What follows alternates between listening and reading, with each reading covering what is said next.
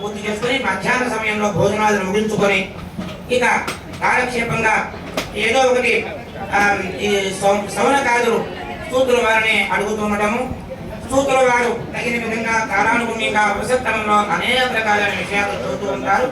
ఆ విషయంలో ఒక సత్యనారాయణ స్వామి వారి యొక్క వ్రతం ఈ యొక్క కథ కూడా ఆ ప్రకారంగా వచ్చింది.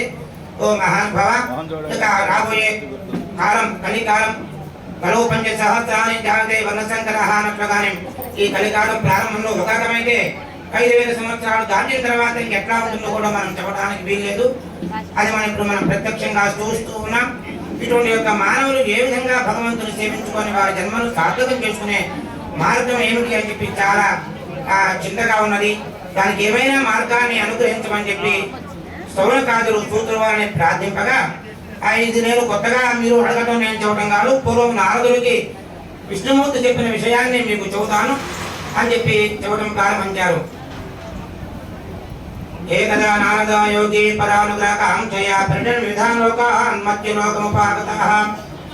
నారదుల వారు అనేక రకాలుగా దేశ సంచారం చేస్తూ భూలోకానికి వచ్చి భూలోకంలో పడుతున్న మానవులు పడుతున్న అనేక రకాలైన కష్టాలను చూసి మీరు ఏ విధంగా తరించే మార్గమాని ఆలోచించిన వాడే దీనికి ఉపాయం చెప్పగలిగిన మహనీయుడు నారాయణమూర్తి ఒకరే అని చెప్పి వైకుంఠానికి వెళ్తాడు. అక్కడ నారాయణమూర్తి ఉన్నాడు. తత్ర నారాయణ దేవం శుక్రవందం చతుర్భుజం శంఖచక్ర గదా వనమాలా విభూషితం దృష్ట్వా తం దేవదేవేశం స్తోతుం సముపచక్రమే.